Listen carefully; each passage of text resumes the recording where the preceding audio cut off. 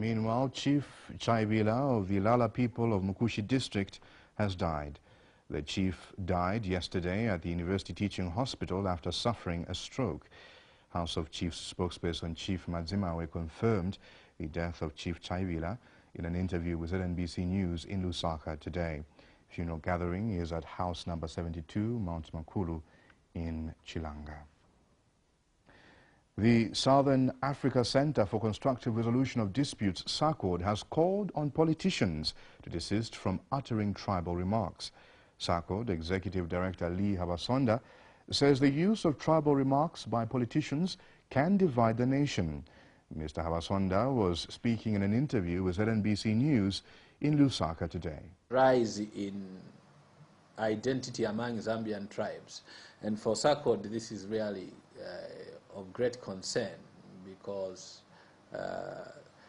tribalism is really a cancer that can easily divide the country, and there is need for our political leadership to ensure that while people are free to identify themselves with their tribe, language or group, it should not be the basis for playing politics, because if they use that for playing politics, then the country can easily degenerate into ethnical fights.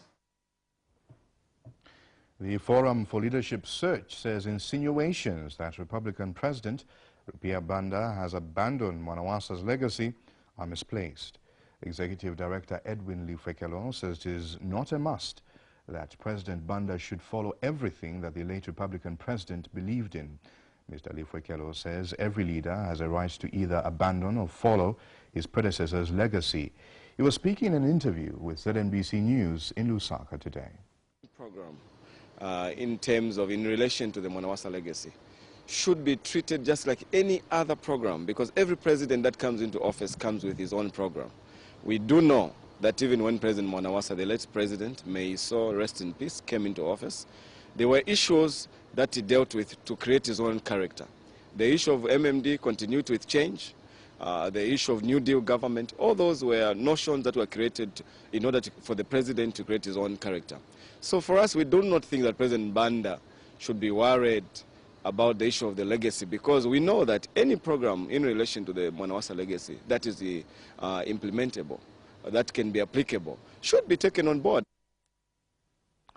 Transparency International Zambia President Ruben Lifuka has praised government for the continuity in the fight against corruption.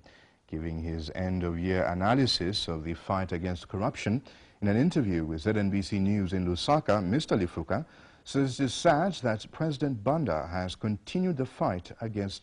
It is good that President Banda has continued the fight against corruption. Mr. Lifuka said government should be given credit because it has performed fairly well in the fight against corruption. The late president, President Mwanawasa, there was considerable anxiety to see the direction that the new administration would take in the fight against corruption. By and large, we've seen an element of continuity in terms of the fight against corruption. Although one thing we are equally positive on is that they'll have their own approach in fighting corruption.